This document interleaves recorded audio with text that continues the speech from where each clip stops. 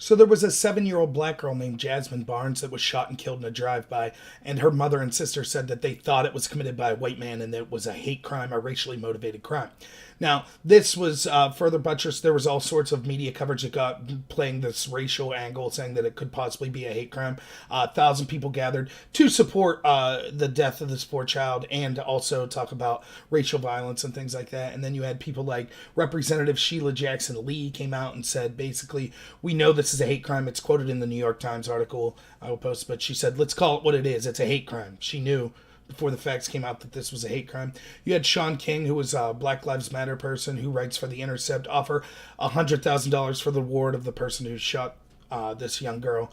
And it turns out at the end of the day that it wasn't a white man, that it was actually a gang-related shooting. And they've actually arrested at least the driver so far, who was a black man that was involved in that shooting. So first off, let's just say this is a tragedy. Anytime any child's shot, regardless of skin color, gender, anything like that, is an absolute tragedy. And I hope that I hope they're able to prove that the people they've arrested are the actual perpetrators and they receive the highest punishment allowed by law. Things like this are absolutely disgusting.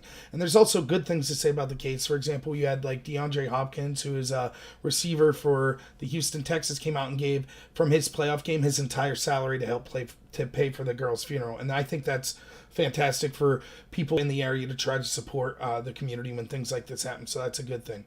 But the drive to blame this on racism is just further indicative of this wedge that's trying to be driven between races by the media and other people. Now, look, I don't blame the parents at all. You'll never hear me, especially in the moments after the death of their child, any kind of grief-stricken thing that they say. That's totally understandable. I never want to go through the pain they went through, and I can't even imagine it. So they're just searching for any answers to a senseless crime, and they came up with one that they was in their hearts was racially motivated. I will not criticize that.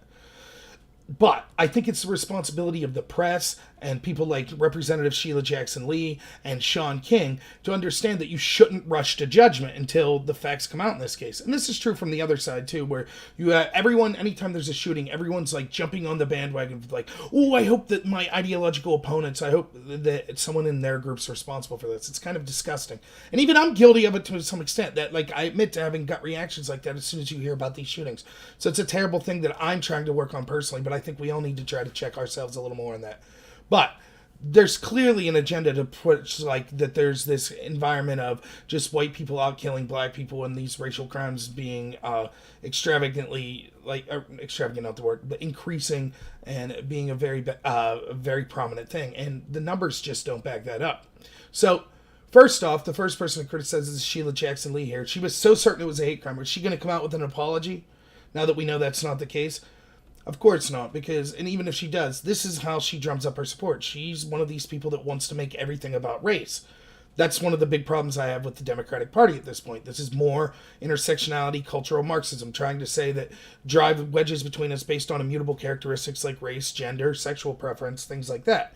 And so she has to constantly be like, see, it's a hate crime, and then when it's not, whatever, move on to the next case.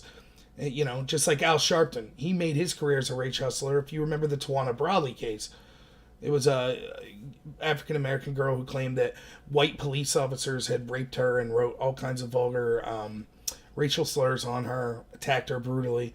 And Al Sharpton made his bones. This was kind of how he got big, showing up, leading, ruining these police officers' lives when he had no proof that they were guilty, leading large marches, getting famous over this. And it turned out it was all a lie. And he never apologized for it. And by the way, Tawana Brawley changed her name, got a bunch of money from people that thought she was a victim, and she lied. She got away with it, No apology from Sharpton. It's that kind of thing. It's like, oh, well, sorry. I screamed racism and got people all fired up, and it turns out I was wrong. Oh, well, on to the next case. So that's very bad for Sheila Jackson Lee to do that. Now, Sean King, he claims that he actually ended up feeding a tip to the police, which I have no reason to doubt, that ended up leading to the arrest of some of the people that were the actual perpetrators or the actual accused, alleged perpetrators. So he's trying to say that race had nothing to do with his involvement in the crime. That could be true, but when you look at the fact that when you see all these other children that have been shot in drive-by shootings where the perpetrator, it was gang related, and he never gets involved in any of them. So I'll link an article from the City Journal from Heather McDonald that's like, look, it seems like we should at least question his claim because he wanted to get involved when it seemed like it was a racially motivated attack with all these other drive-bys, and there are tons of them where children have been killed in shootings like this. He never seemed to want to get involved. Only the one where he thought that there was allegations that it was a hate crime. So again, it just goes to show the bigger trend to why is the where's the media, by the way, reporting on these other shootings? It doesn't get the national attention that something like this hate crime does. And it goes to show an awful tragedy. And the awful truth is that most of the young black people that are being killed by other inner city young blacks. Now, I'm not racist at all. I'm not saying this is genetic or anything like that. I understand that there could be extenuating circumstances of chronic poverty or cultural influences that are going on. And I've said many times before on this channel and elsewhere that if I wasn't privileged and if I grew up in the inner city, regardless of what my skin color is, I know that I'm not a strong-willed enough person to make it out of there. And the inner city blacks that make it out of those violent neighborhoods, to me, are some of the greatest Americans we have.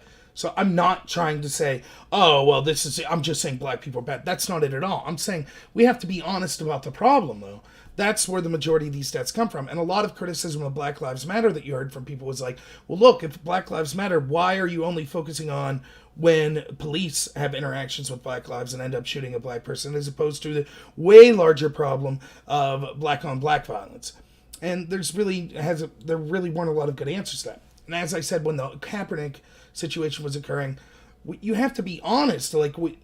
It's not a matter of being racist. Political correctness is stopping us from having honest conversations that could actually start to improve things and save lives. Not just save lives, black on black crime, but actually improve black and police relationships and improve racial understanding amongst all races, and show that we're really all the divisions are all artificial. But we know that the media is, again, largely a representative of the establishment, and the Democratic side of it. We know that something like 90% of the media is that. And they want to foster this division because that's a big part of the establishment Democrat platform. Racial division. White people are bad. Men are bad. Divide us along immutable characteristics. That's the cultural Marxism, the intersectionality. Some groups are oppressors, some are oppressed. Well, the media feeds into that, and that's why they're constantly hyping up these type of stories. And in this situation, they were wrong.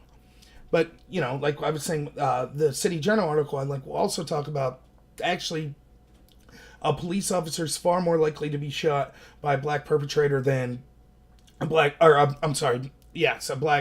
criminal than a black suspect is to be shot by a police officer, and other things like that. Now, that doesn't justify any police shootings. Each one should be looked at on an individual basis. But I think we oversimplify this by we just say, oh, let's just look at the raw numbers, and disproportionately there's more black people being shot by police than white people, and so that shows that the police must be racist. I think that's a gross oversimplification. We often do that with statistics. That's the gender pay gaps, the same thing. Women tend to make 79 cents to the dollar, so that's it. That proves that there's some kind of discrimination. No, we have to look honestly at what the factors are. And when you honestly look at the pay gap factors, it turns out that the gap's basically a myth, that it goes away. I think that a lot of that could be, I'm not saying there isn't racism, and we should look if that's the case. That's why it's important to look at each individual case on a case-by-case basis. But I think if you look, my guess would be that cops are more likely to both justifiably and unjustifiably use their firearms when they're in communities where they fear for their safety more. So if you're in rural Pennsylvania like here, where basically there's nothing going on, the cops probably, regardless of your skin color, if they pull you over, they're not going to be as trigger happy or as jumpy. But if you're going into these communities where shootings happen every day, where little girls are being shot and things like that, you might be more on edge when you pull someone over. That doesn't mean that justifies police shooting unarmed blacks or anything like that. Again, it should be on a case-by-case basis. I'm just saying that there might be factors that aren't as simple as, racism. That's all I'm saying. But that's the agenda that's being driven, and this story kind of shows that. So, again, I don't blame the parents, but I think that Sheila Jackson Lee should be criticized for this.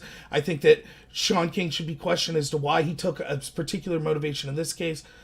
He has every right to do that, by the way, as a journalist. He can take interest in any case he wants. But it further buttresses the argument that it seems like the journalists are driving this agenda where they'll focus on when they think there's an interracial crime, but when it's just a black-on-black crime, I mean, doesn't the victim matter now? To me, it's just as sad as noteworthy of a story, but it doesn't have that drive, that divisiveness that the media wants. That would be, oh, a white guy did this.